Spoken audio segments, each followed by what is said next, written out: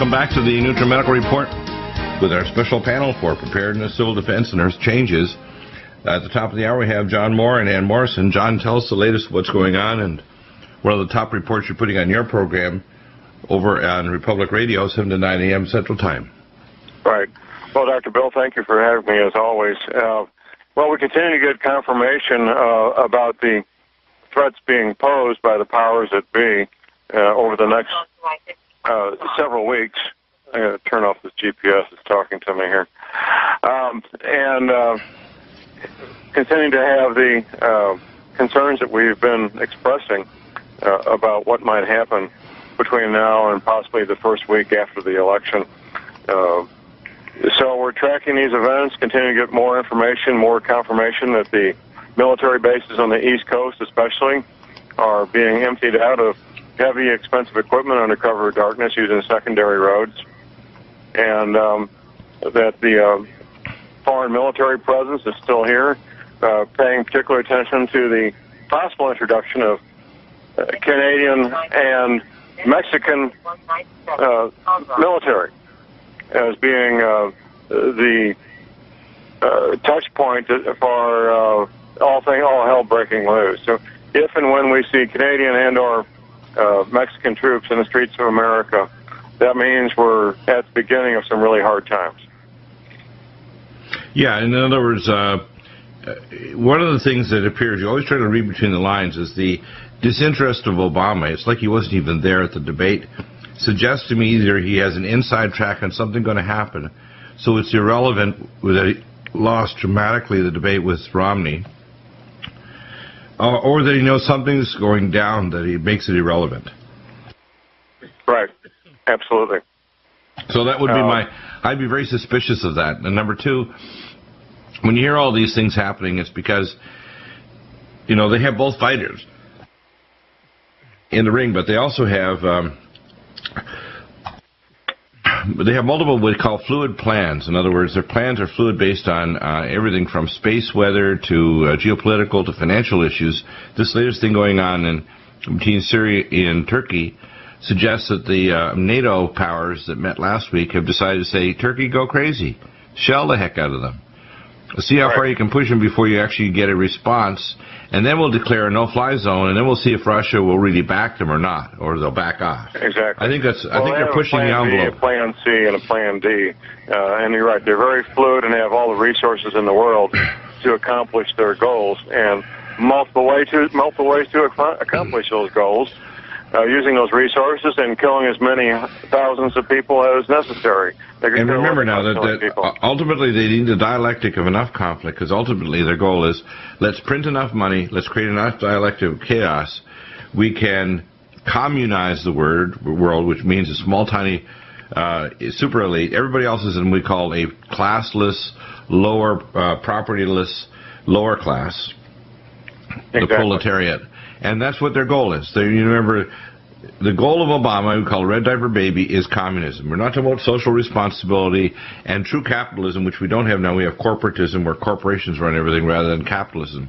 True capitalism is, if I have a good idea, I can easily get credit, like in early America. I can take that idea and expand it and hire other people to help make that product or service, and then I can expand it to become a medium and larger business and hire more people. That's how the economy grows. The government literally creating more dependent people and printing money is not an economy. No, not at all. That is not a business model. That is a road to dysfunction and destruction is all that is.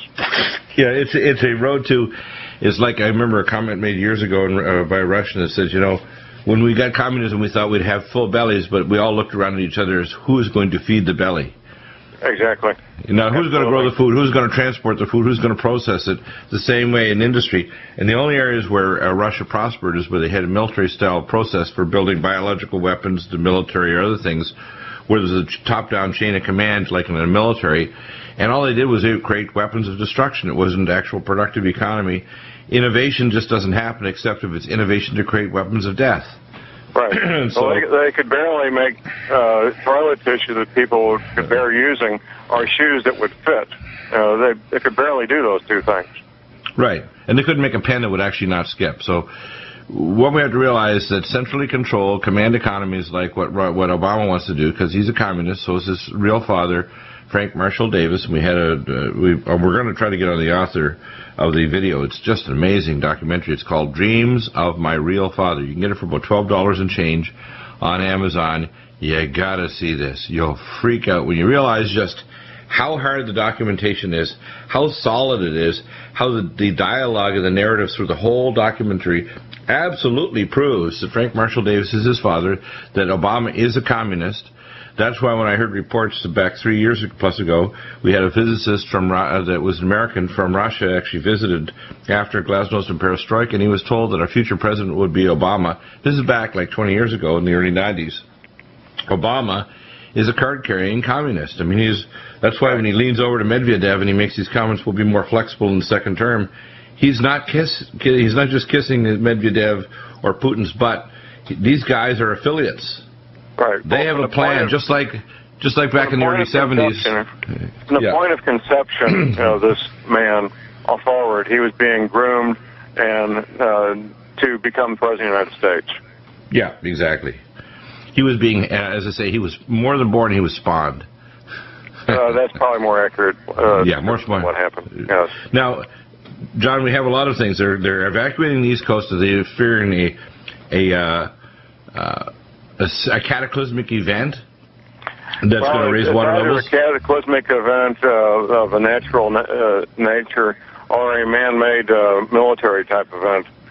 I tend to go towards the cataclysmic event, but it may be a man-made event that they're trying to avoid. We vetted out this story about this Canadian astronomer astronaut, and it passes a sniff test. We talked about this last week, that in fact there is an 800-meter asteroid heading toward Antarctica before the end of this year. Now, I know there's lots of space objects. I talked to Dr. McCanney this morning. He'll be on the program next Wednesday in the third hour, Professor McCanney. And he's the expert in probably more than anybody else in the plasma universe. These comets and asteroids are highly charged objects. They have electromagnetic as well as plasma effects on stars and planets. If they're large enough, they have gravitonic effects. We're likely to see major discharges of plasma across the interstellar space if a large near-Earth object passes by, gravitational effects on earthquakes and volcanoes, and a very high probability that we have more than one object. That's one of the first statements he made. We not only have a large planetoid-like object, supposedly 5 times bigger than Jupiter, out in the Oort cloud, but we also have the returning, I call Nemesis dwarf star, we call the Passover star. Dr. Muller's theory about this is that it returns every 26 million years, and it's really way out in distant space. I don't buy that. If you actually look at the geological record, whatever the object is, it returns every 3,600 and change years, 12 to 15 years, and that object causes continental drift, supervolcanoes, earthquakes, and all kinds of things to happen.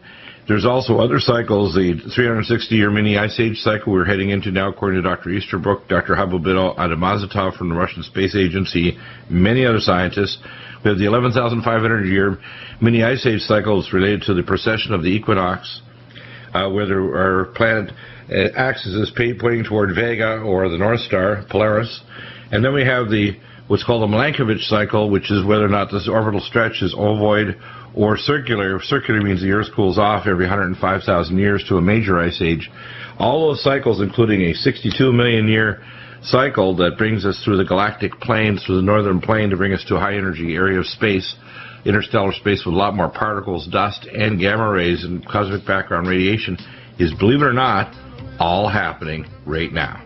Exactly. Amazing. Dr. Bill, I'm mobile and dealing with rain and traffic, so I'm going to need to bail out of here. Yeah, thanks for the update. Anything breaking, give us a shout, and we'll try to put it up on our live stream channel. You. Have a great show. Ann Morrison is coming up in a moment, and we will be joined soon also with Alexander Bachman and Christina Consolo at the bottom of the hour. Update on what's going on in the sinkholes from Ann. Stay tuned.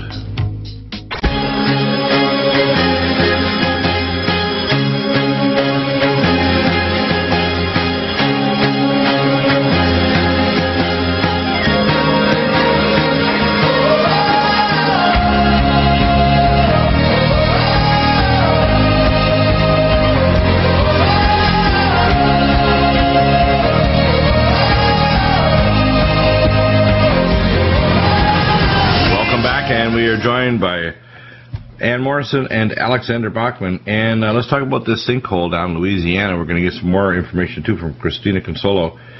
This is really big. I mean, I think if you're a near-Earth tourist coming from another galactic area, you could probably see this from interstellar space between here and the moon. It's 1 to 3 miles in size. And the geology, the danger of what's going on, obviously these people kind of cut a few corners. Tell us what corners they cut and how bad this could get for the people not only of Louisiana, but what does it mean in terms of Earth changes? Because you mentioned on the break that there's also a similar change Alexander mentioned up in, I think up in Scandinavia. I think it was in Sweden.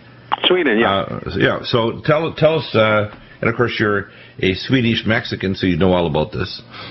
Well, you know, in the central part of Sweden, on my birthday, no less, you know, on the 16th of April, this massive sinkhole appeared out of nowhere.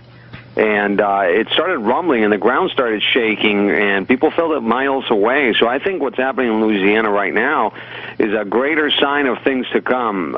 To my all these strange signs. Real quickly, I think that thing's going to sink. Further. Well, all of these weird sounds that are heard all over the earth that you can go to YouTube and hear these weird sounds are the escaping of air as different chambers of the deep bowels of the earth are actually exchanging air, or oil is being pumped in like a hydrostatic fluid from one chamber to another as the crust of the earth breaks up and as the earth actually remodels. We're actually getting major remodeling of the earth, of the upper lithosphere.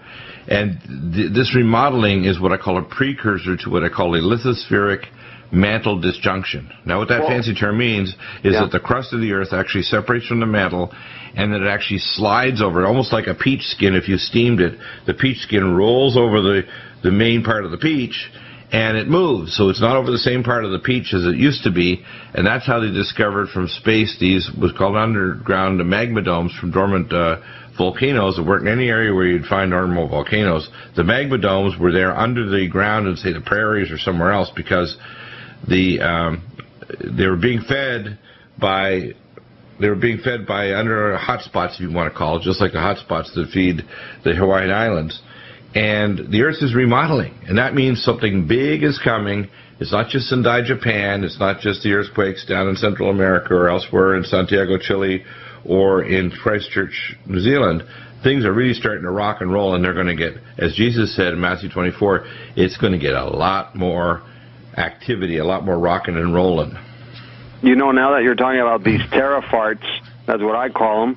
That's a good one. Good term. Confirmed by 3 independent reports this week in this issue of Nature, an academic scientific magazine, that in fact the Indo-Australian tectonic plate has separated, and the volcanoes under the water there are just tumbling into the massive abyss under the ocean. So you're correct. The tectonic plates are separating like puzzle pieces. I believe the Earth is expanding. It's going through a phase. It's going to be birthing something. Yeah, exactly. And tell us about how bad this is down in Louisiana. This is a big deal because the people in Louisiana, the blast zone, if this butane ignites, is going to be like 50 miles radius. It's like, oh man, that's big. And it could affect hundreds of thousands of people that are waiting for a check before they evacuate. I'm thinking, oh my gosh, they want a check to evacuate from the estate.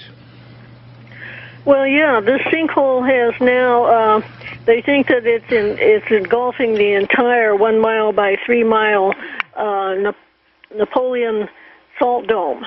So you're talking a pretty big area there. And people 80 miles away from the sinkhole itself are now feeling the earthquakes as the salt dome collapses. Now, there's several caverns that have been drilled into the salt dome, and as the salt dome collapses, those caverns will be releasing whatever's stored in them. In some cases, it's butane or other volatiles, and so their plan is to flare them off, like you see on an oil rig where they flare off the methane. But it's a lot more difficult to flare butane than to flare methane. Butane is highly explosive, and it'll burn as a liquid. So it's possible that that if they start flaring butane, it will follow the it'll go down the chimney and go into the cavern. And if a cavern explodes, a cavern of butane explodes, people 10 miles away will have third-degree burns on their bare skin. Yeah, not good. What does this mean? Well, it means that if 75% of the reactors, and we talked about this yesterday with Chris Harris, are within strike zone of tectonic fault line zones in America. I mean, the American Fukushima is coming. It's not like here yet, but it's coming real soon. Because New Madrid, Mark I and Mark II type GE reactors are all dangerous and stupid. The design is faulty.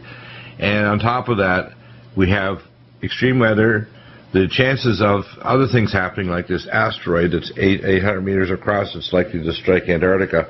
I don't have absolute proof yet, but the smell test we did from this Canadian astronaut and astronomer makes sense. In other words, there's a lot of things going on. When they shut down the data, when they get into a state of denial, they don't want you to even question things. It means something big is going to happen. So, and what's happening with space weather? It's relatively quiet. We had 2 CMEs recently, though. We had a giant filament fall just a few weeks ago on the sun. It's often when we have low sunspot activity and the Earth is cooling off, we have big solar storms.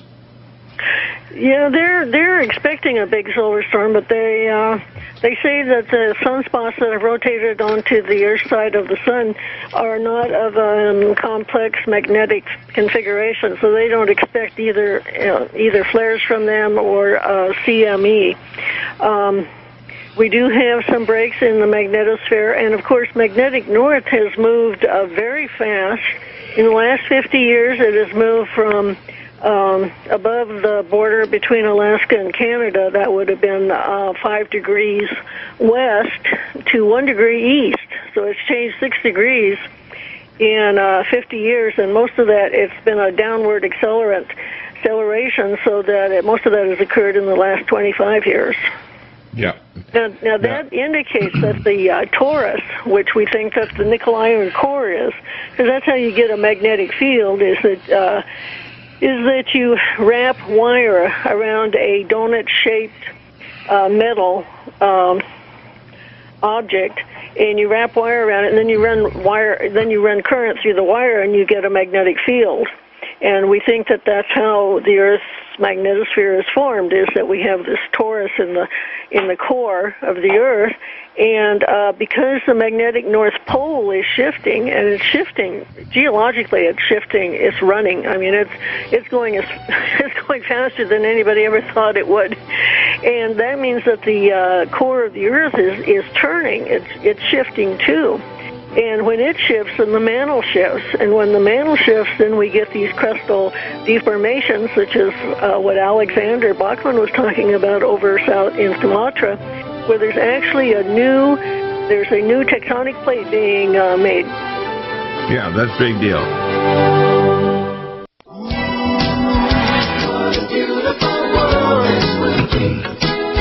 Welcome back, and we're joined with Christina Consolo. Again, to go over the websites, John Moore's website is thelibertyman.com, and Morrison's is homeland-defense4u.com. Alexander Bachman's website is an amazing website. You want to go to alexanderbachman.com, and Christina Consolo's primary website is fukushimafacts.com. Christina, what's happening at the sinkhole? Because we'll integrate with what Ann is saying and what Alexander's saying, because this is an earth change that indicates remodeling of the lithosphere, a change in the mantle that's tied to magnetic fields, the magnetosphere, etc. Big things are going to happen real soon. Yeah, and I was recently introduced to some wonderful research from a gentleman named Jack Reed, who died a few years ago, but he had worked for the USGS and was a consultant for the oil industry for 40 years. And, there's always been this school of thought that the USGS had adopted, that the Gulf of Mexico is just basically a giant bowl that formed from when the continents separated. However, he proposed that not only are there faults that run through the Gulf of Mexico, but they're connected directly to the New Madrid fault. And, the big concern now, of course, with the sinkhole is that the sinkhole is likely just a symptom of a much bigger problem. And just in the last few days, with the recent oil sheen that's been spotted, near the Mercando well, and now the earthquakes that have migrated south and southeast of Assumption Parish, also towards that well area. We know that there were already cracks in the floor of the Gulf of Mexico. There were concerns at the time of the disaster because of the large amount of oil that was released. The Gulf of Mexico, the floor could sink, and if it is sinking, it would pressurize the gas and push gas up into other faults, and that could have an effect far, far away from the Gulf of Mexico. You can't help but wonder if that's actually what we're seeing right now. Some of the earthquakes that are happening in strange locations, reports of ground shaking in North Carolina, South Carolina.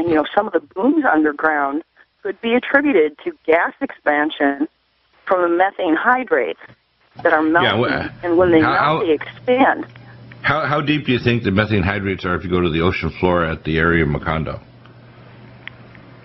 I don't know, but I know that there were methane hydrates that did actually come out of the wellhead. Make a guess how deep they are. If you went down from the ocean floor, how many thousands of feet beyond the ocean floor would you go if you're just drilling through completely just concentrated methane hydrates? Well, in most parts of the world, all the gas reserves are hundreds of 100 or more feet below the ground, but in our area of the country, in the eastern portion and mid-Atlantic states, the gas is only about 50 feet underground. So I would assume not very far below. Well, actually, Macondo, believe it or not, they've estimated that it's 1.5 miles to 2 miles deep of methane hydrates. And those methane hydrates are right by the salt dome, which they were told since 1951, a year before I was born, not to drill there because the geologists have known for 60 years plus that most of the oil in the world is not made from ferns and dinosaurs. It's abiotic. It's from the blood of the earth, from nuclear reactions occurring deep in the bowels of the earth. And these giant sounds are basically giant caverns where oil is being shunted from one area to another because of specific gravity. Things are turning into vapors or gases. There's major things happening as the earth remodels. And when you say this could spread, we know that there's a direct link between the Macondo site, between Louisiana sinkhole areas, and also all the way up to New Madrid fault system where they're having, we call tremors or mini tremors, like crazy over the area. So something big is actually happening up there, isn't it? It is, and you can clearly see that if you go to the Steri site or any of the helicorridors in that area and look at them, what's going on there on a day-to-day basis. There's a lot of shaking going on. And, I want to remind you, too, a few weeks ago we had talked about on your show this sulfur smell that was occurring across the Midwest. And a few weeks after that, people in Virginia and West Virginia started reporting they're smelling it, too. This is coinciding with possibly large radon releases from the ground because we've had some really high radiation numbers that are even showing up on the EPA monitors. And and then, by the way, these aren't just radon. These indicate radioisotopes and hydrocarbons being released in the bowels of the earth, and they're known before, thousands of years ago even. They knew that when there's smells released in central Germany or released in Japan or elsewhere, when the dragon deep in the bowels of the earth releases gas, passes gas, then things are going to start happening. So if you look at Japanese folklore about they call the dragon that made the islands of Japan, and they talk about Mount Fuji, they understand that on kind of like a historical fairy tale level, but it's geologically correct, that when these gases come up, things are going to really start rocking and rolling. And how close is this danger? How close are we to the possible kind of breakdown and ignition of this mess? Well, the typical school of thought in geology is always it takes millions of years for these types of changes to occur. But, every day the sinkholes are the gas releases, the gas bubbles, which are actually not bubbles, it's like boiling that's occurring in the bayou, spreading farther and farther away. In fact, the DNR, since last weekend, since they had a meeting where they finally updated the residents in that area as to some of the testing that they've gotten back about the gases and so forth, have now expanded to a regional analysis to see what else may be going on. And there was a senator from Louisiana who came out last Thursday and said that he feels that the Assumption Parish sinkhole could become another Lake Anwar disaster. But, that was an isolated salt zone. In this area in Assumption Parish, there's 50. And they're all filled with a range of materials. They estimated that if there was an explosion at the Macondo drill site of methane hydrates, it would create a tsunami roughly 600 feet high. It would travel 100 miles plus inland. It's interesting that within 30 days after the Macondo drill site disaster 2 years ago, the United Nations asked to move their UN equipment, which they have parked all across the Gulf states, from Florida right through to Texas, at least 100 miles inland. And it is. You can see actually from satellite photos where they have giant parking lots that used to have UN things parked within a 100-mile range. They're all now beyond a 100-mile range from the coast, the Gulf Coast. Is that interesting or what? Yeah. It's also interesting that NOAA knew that the Macondo well was showing signs of leakage again on September the 17th, and they put a notice up on their website, but they didn't. Well, they can see it by satellite. In fact, press releases or anything. It was actually an attorney in Louisiana who's been trying to mitigate the damages for people who lost their businesses and so forth. Right. Well, they shouldn't be closing out the lawsuit.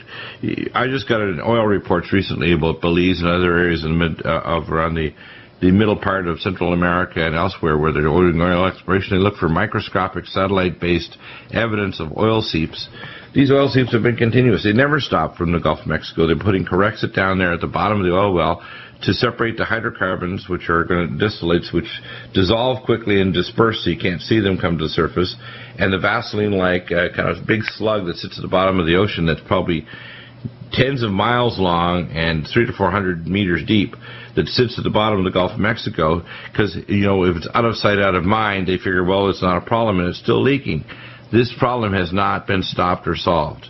And if there's a major break in that area of the salt dome, we could have a massive release or an ignition of methane hydrate that could create first an upward explosion and then a collapse of the ocean toward that, and the counterstrike will cause a giant tsunami. And you don't want to be within 100 miles of the coast if that tsunami decides to blow. So I would think there's a risk of something really bad happening within about 100 miles of the coast of the Gulf, all the way from Mexico through Texas, all the way to Florida.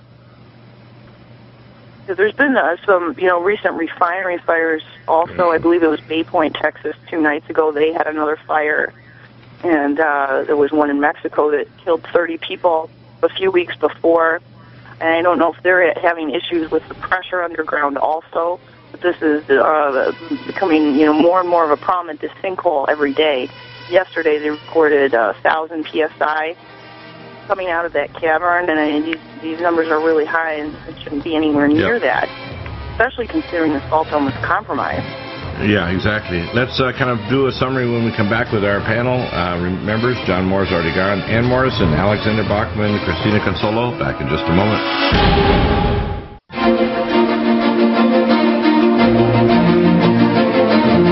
Welcome back, and our team has some interesting things to say. We'll start off with Alexander Bachman. Now, when you're looking at this, it's not to, quote, just put you into a state of fear. It's to put you in a state of prayer, state of investigations. Keep your skepticals on, but be prepared. Be prepared with food, water, protection. Be prepared to help your neighbors who haven't been preparing. Be prepared to witness, even if you get a little spittle on you. Be prepared to actually kind of check out the facts. The fact is, we're probably going to have an increasing conflict in the Middle East. That's already a fait accompli. We're probably going to have, as we've said, they say Greece and Spain are going to run out of money by November. That's next month. We're probably going to have an explosion of this salt dome, which means we're going to have fires in the lower states. They're under the underoceanic coastal batholiths of oil. The batholith of oil now, New Orleans, is the second largest one on the planet. The largest one is just east of the Yucatan Peninsula in the Gulf of Mexico. There are other large ones off Prudhoe Bay in Alaska, and the largest under, if you want to call it under territorial continental land, is the one at the southwest end of the Dead Sea, and that's equivalent to over 27 trillion barrels of oil. And it's renewable because the earth continues as like it's the blood of the earth. What's likely to happen is that I think that a reason why Obama was acting the way he was at the debate, because it was like he knew something was about to transpire, and he was literally disconnected from the event because he thought it was irrelevant. And that means that he suspects and knows of something that's bad that's going to happen real soon that's going to make the debate with Romney irrelevant. Does that make any sense? I brought that up too. That was my feeling as well. As soon as I saw it, that he wasn't prepared at all. No, it's like he wasn't even. He was irritated to even ask the questions. It's like, these are irrelevant. Why am I talking to this guy? And of course you could tell Romney was prepared, almost like he knew that something was. Right now, at this certain level of momentum that's going on, Obama has disenfranchised a lot of young people who expected him to have hope and change to get jobs. He's alienated the conservative blacks. He's alienated most Christians, including Catholics who voted pretty heavily for him. He's basically, unless he steals the election by having people vote from their coffin, which of course you know that the conservatives have been fighting to get at least voter registration lists purged, but right from Pennsylvania and other states. And then on top of this, you have a vision, Alexander, and this fits in with something that's going on because we've had similar visions. These shelling out Syria by Turkey, the next step I expect is a no-fly zone, and I think that we're marching step by step by step toward a major conflict in the Middle East. It's going to choke off the oil. Gold jumped $30 yesterday. It's going to soon hit over $1,800. I think once it crosses what I call the gold Rubicon of $2,000, the sky is the limit. This is going to take off like a rocket. And they want to destroy the dollar. They want to destroy the middle class. And, of course, Obama doesn't care about the middle class. He wants to get rid of all classes. He wants the elite, and he wants the proletariat, which are basically starving masses of people without fiber property.